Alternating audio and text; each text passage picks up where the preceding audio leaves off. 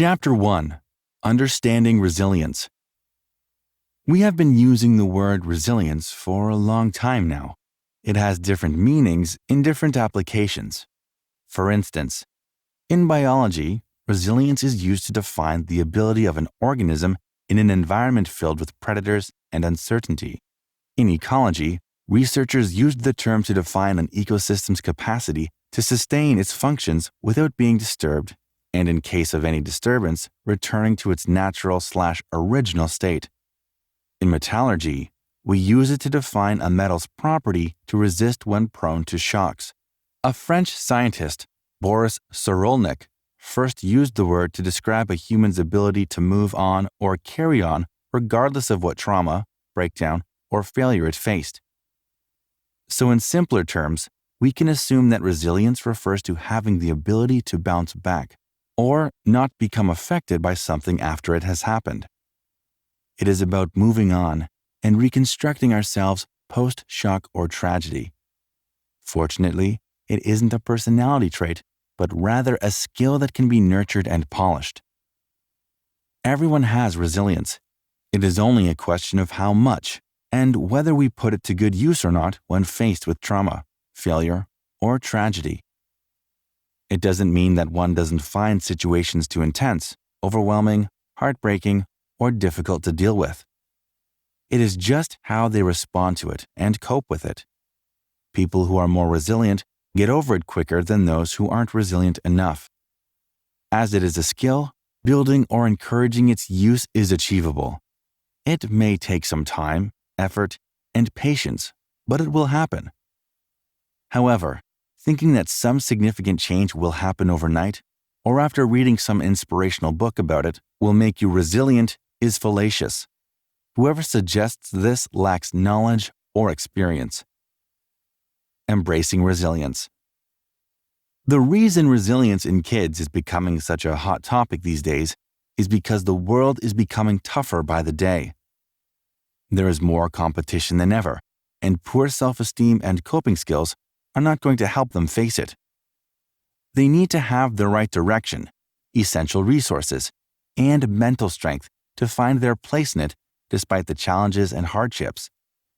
They need to embrace and practice becoming resilient because things will only get harsher. But why resilience? If we were to see what resilience in kids looks like, here are some characteristics they will hopefully possess. We shall let you decide if these are qualities you would want your kids to have or not. Resilient children are socially adept. They know how to reach out to others for help, such as caregivers, adults, or peers, and establish stronger bonds with them. They find comfort in being social and are more open and communicative. Resilient children possess more control of their emotions, feelings, and their reactions to those emotions and feelings. They have the leverage to influence situations and confront problems independently and confidently. They don't give up easily and continue to try and work on their inadequacies. Resilient children are also optimistic. They don't face challenges with a cynical attitude. They are the ones who find something positive even amidst failures. For example, if forced to move cities and make new friends, a resilient kid won't feel shy or hold grudges against their parents. Instead, they will welcome the change positively and accept the new place and people open-heartedly. They feel fully prepared for whatever life throws at them and are excited rather than scared or worried when something challenging comes up.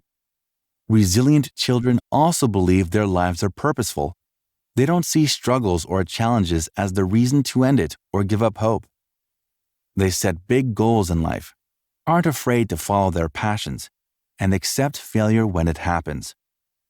For example, a kid who wants to stand first in class will work harder and give their best when it comes to assignments and projects, even if they have a difficult time with them at the start. Finally, resilient children also have great problem-solving skills. They don't hide their talents or skills and look for solutions to problems creatively and persistently. At the same time, they are also flexible in their attempts and don't always go by the book and take the required action. An example of this would be Casey, a 3-year-old trying to open her toy basket. She doesn't give up after 2 attempts like her brother, but continues to try to open the basket with every technique she can come up with. Ultimately, she kicks it hard enough so it falls on the ground and opens up itself. Yes, we know it isn't the best of examples, as you will have to clean up the mess of all the toys on the carpet. But you have to appreciate the effort and technique. The need for raising resilient kids. That being said, one simply can't overlook the benefits being resilient offers, and the sooner you start with the principles, the better. When children are young, so are their minds. It isn't developed fully and thus able to absorb more and adapt. Did you know by the time your kid starts kindergarten, 95% of their mind is fully developed? This means the sooner we begin with resilience-building habits, the better. Besides, resilience doesn't stop them from trying new things or playing safe to avoid failure, heartbreak, or tragedy. It isn't meant to eliminate stress, but rather accept setbacks and pain as it comes. Just because someone is resilient doesn't mean they see the world with colored lenses. They just adapt to the aftermath better than others and learn to cope on their own. Like others, they experience grief and sadness that comes when they fight with their best friend. They too experience pain when they have to get flu shots at the doctor's. They too fear uncertainty when picking chits for who their science partner be. It is only that their mental outlook makes them competent to work through those difficult times and recover. Therapist Joshua Miles has suggested some benefits of raising resilient kids, which are worth giving a read. Take a look to convince yourself and your partner why you should start teaching them about resilience, even if they are just 5 years old. According to Miles, resilient kids show improved learning and greater academic achievement. Take less offs from school due to sickness as they can recover sooner. Demonstrate reduced risk-taking behaviors. Are less likely to indulge in excessive drinking, using drugs, or smoking. Have a lower mortality rate and better overall well-being and health. Are family or community-oriented and empathic towards others. The 7 C's of building resilience in kids.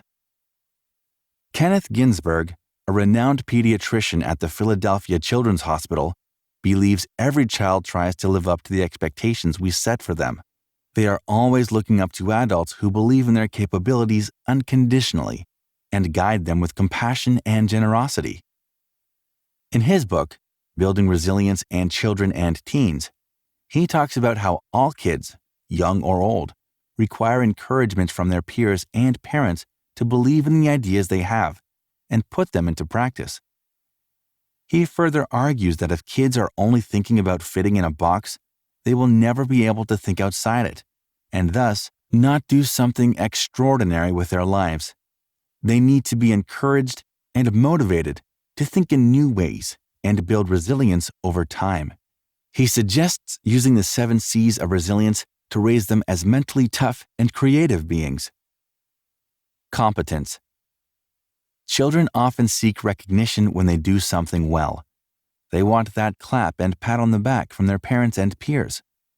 Additionally, they also look for opportunities to cultivate new skills and foster talents.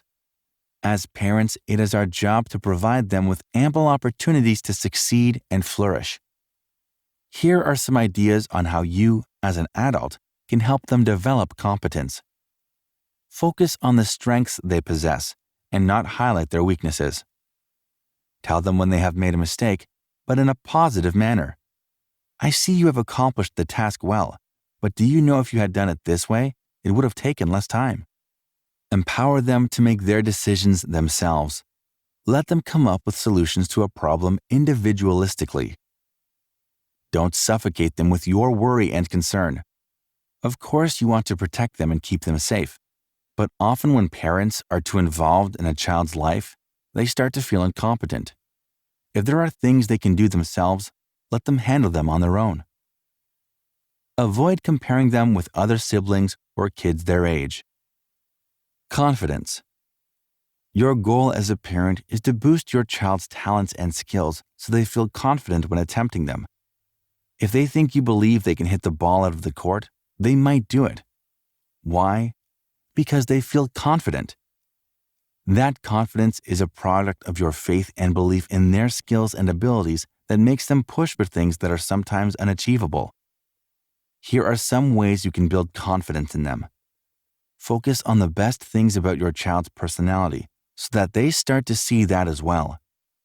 Teach them about fairness, persistence, integrity, and kindness. Avoid pushing them to do something they are not comfortable attempting or feel like they can't handle. Praise honestly like you mean it when they achieve something, even if it is the 100th time they do it. Connection. Children want to feel like they belong somewhere. They want to feel like they aren't alone and want to cultivate meaningful connections with everyone if given the chance. Therefore, as parents, it is your job to not push them away when they come to us with their problems or struggles with something. To help them build connections with everyone around them without hesitance or fear of being disregarded, here's what you need to do. Ensure they are safe and always looked after physically.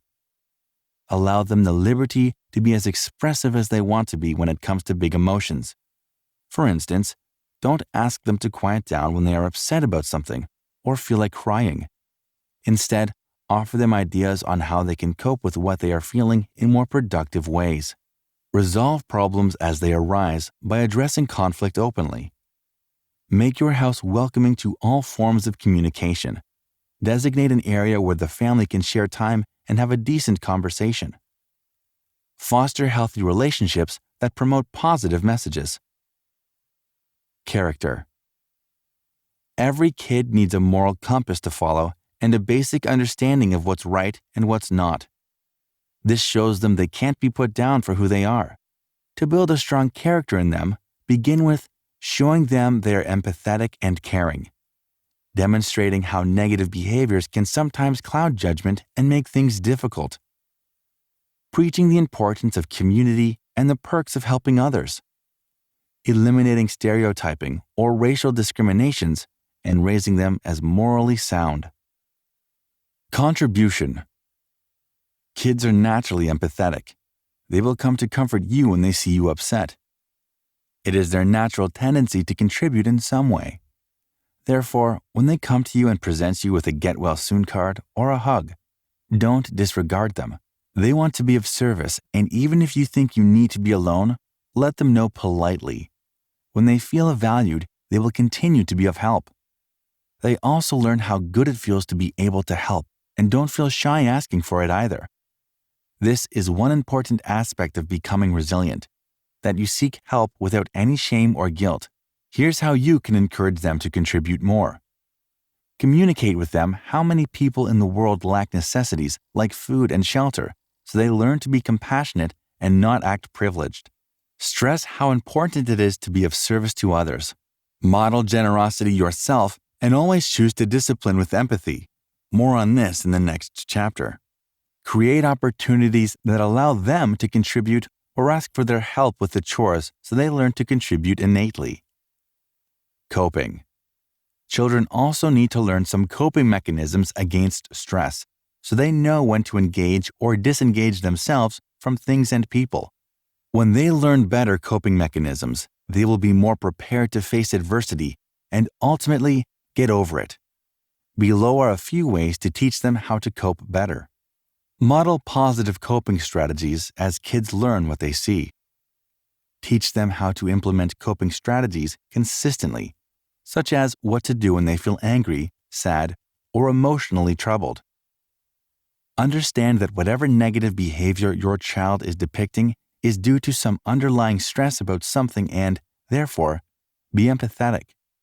Understand that telling them to stop that negative behavior is only going to make matters worse, and therefore try to distract them in some other way so they become engaged elsewhere.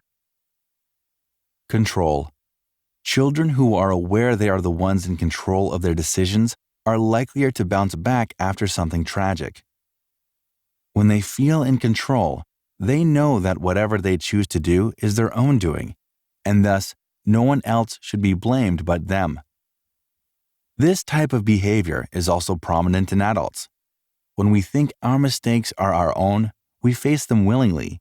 We know it was no one's doing but our own that failed, and thus we are quick to pick up ourselves. As parents, we can encourage the same in the following manner. Help them comprehend that everything happening to them isn't purely random, whilst also teaching them that not everything is under our control, and therefore we shouldn't hold ourselves accountable all the time. Also, use discipline and compassion to teach them anything new. They don't need to see you controlling or punishing you because they will adopt the same behavior.